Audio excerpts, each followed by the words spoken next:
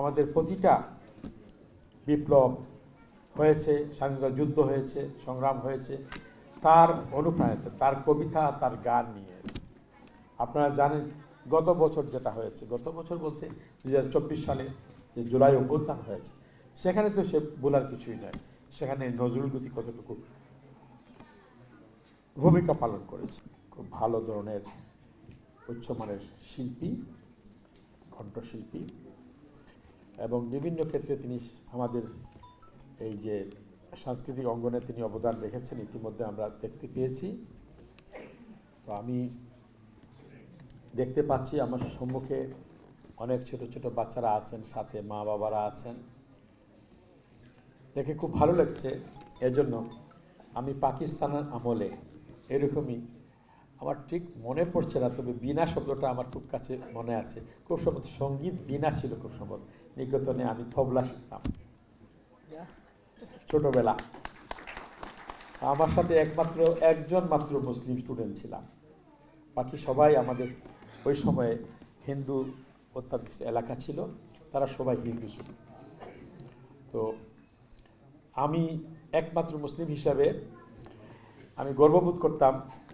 আমার বাবা একজন আলিম ছিলেন, তারপরেও তিনি অনুমতি দিয়েছিলেন আমার মাকে, যে আমার মার খুব ইচ্ছা ছিল আমাকে মা ভর্তি করিয়েছিলেন। সে অনুমতিটা তখন পাওয়া খুব মুশকিল ছিল মুসলমান পরিবার থেকে, আমাদের এলাকা থেকে। তো আমি তবলা ভালো বাজাতে পারি, হারমোনিয়াম ভালো বাজাতে পারি, কিন্তু গান খুব কম, গানের সুর কম আমার গলায়, জন্য সহজে গান করি না, বাথরুমে গান করি। সময় পাইনি গান শেখার। তবলাটা এখনও বাজাতে পারি, হারমোনিয়াম এখনও বাজাতে পারি। তো ছোটোবেলায় যা শেখা যায় সেটা জীবনে বলা যায় না। আমাদের এই ছোটো ছোটো বাচ্চারা কিন্তু কোমলমতি বাচ্চা, তাদেরকে যা শেখানো হয় তারা তা শিখে। এই বয়সটা এমন একটা বয়স, এই বয়সে প্রলোভন দেখিয়ে তাদেরকে অনেকে পদচ্যুত করতে চায়।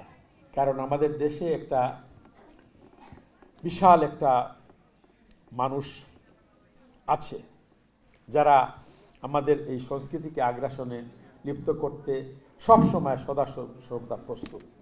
তাদেরকে প্যাট্রোনাইজ করা হয় প্রতিবেশী দেশ থেকে, অনেক টাকার বিনিময়ে তারা পায়, এবং তারা প্রথম টার্গেটই হয় বাচ্চাদেরকে তারা কিভাবে পদচ্যুত করবে, আমাদের সংস্কৃতিকে কিভাবে তারা অপসংস্কৃতিতে লিপ্ত করবে। সেজন্য আমাদের সবাইকে সজাগ থাকতে হবে। বিগত দিনে এটা ওপেন ছিল, তারা অনেক সুযোগ পেয়েছে, তারা ব্যবহার করেছে। স্কুল, কলেজ, মাদ্রাসাতেও তারা ঢুকে গিয়েছিল। আমাদের অনেক মাদ্রাসার ছাত্রদেরকেও তারা বিভ্রান্ত করেছে। লেখাপড়া বইয়ে ভুল তথ্য ছিল, ভুল ইতিহাস ছিল, সেগুলো আস্তে আস্তে আমরা চেষ্টা করব যে আমরা আগামী দিনে যে সরকার আসবে সেই সরকার সেখানে মনোযোগ দেবেন। ইনশাআল্লাহ আগামী 12ই ফেব্রুয়ারি যে নির্বাচন, সেই নির্বাচনে বিএনপি যদি জয়লাভ করে এবং দেশ পরিচালনার দায়িত্ব পায়, তাহলে এদিকে মনোযোগ দেওয়া হবে ইনশাআল্লাহ। সেই সুযোগটা আমরা পাবো, সেই সুযোগটা আমাদের শাহিনুর আবেদিনও পাবেন। এখানে আমরা যেখানে আজ উপস্থিত হয়েছি সেটা হলো নজরুল, আমাদের জাতীয় কবি কাজী নজরুল ইসলামের ইনস্টিটিউট। তো উনি যেহেতু নজরুলের শিল্পী, এখানে সেই সুযোগটা একটু বেশি আমি মনে করি। তো নজরুল আমাদের গৌরব, নজরুল আমাদের জাতীয় কবি। তিনি অনেক কিছু আমরা শিখেছি তার কাছ থেকে। আমাদের প্রতিটা বিপ্লব হয়েছে, স্বাধীনতা যুদ্ধ হয়েছে, সংগ্রাম হয়েছে তার অনুপ্রাণিত, তার কবিতা, তার গান নিয়ে। আপনারা জানেন গত বছর যেটা হয়েছে, গত বছর বলতে 2024 সালে যে জুলাই অভ্যুত্থান হয়েছে, সেখানে তো সে বলার কিছুই নয়। সেখানে নজরুল গীতি কতটুকু ভূমিকা পালন করেছে। আপনারা কি ভুলে গেছেন সেই কারা রইল কপাট ভেঙে ফেল করল বাট, চল চল চল উর্দু গগনে বাজিমাত হল।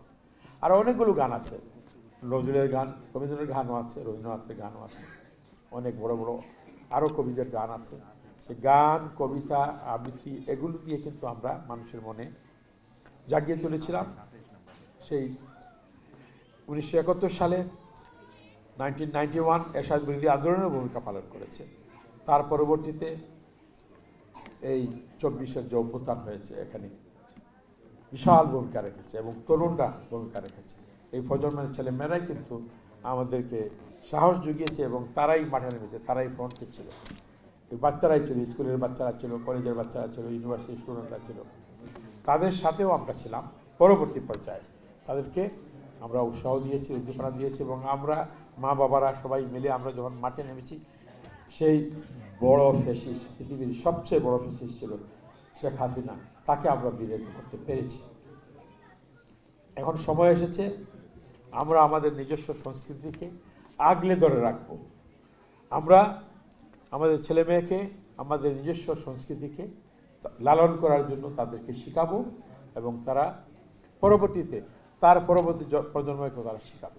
এভাবেই যদি আমরা কাজ করি তাহলে আমরা আমাদের স্বদেশীয় যে আমাদের দেশীয় যে সংস্কৃতি সেটা আমরা সারা বিশ্বে ছড়াতে পারবো। আমরা গর্ব করতে পারবো যে আমরা বাংলাদেশি, আমরা বাঙালি। বন্ধুগণ, আমি এই রুদ্রবীণা সঙ্গীত নিকেতনের সাফল্য কামনা করছি। ভবিষ্যতে তারা যেন আরও বড় আকার ধারণ করে, আরও শাখা প্রশাখা ছড়িয়ে যায় সারা বাংলাদেশে। শুধু এখানে নয়, আরও যেন কিছু শাখা হয়ে যায় সারা ঢাকা শহর এবং সারা বাংলাদেশ। এটা সম্ভব, আপনারা করতে পারবেন। এটা সেই লক্ষ্যে কাজ করবেন ইনশাআল্লাহ। আমরা আছি আপনাদের সাথে, আমাদের যখনই ডাকবেন আমরা সাড়া দেবো ইনশাআল্লাহ। আপনারা সবাই ভালো থাকবেন, কষ্ট করে আসছেন, ধৈর্য ধরে আমার কথা শুনলেন। সবাইকে ধন্যবাদ। বাংলাদেশ জিন্দাবাদ।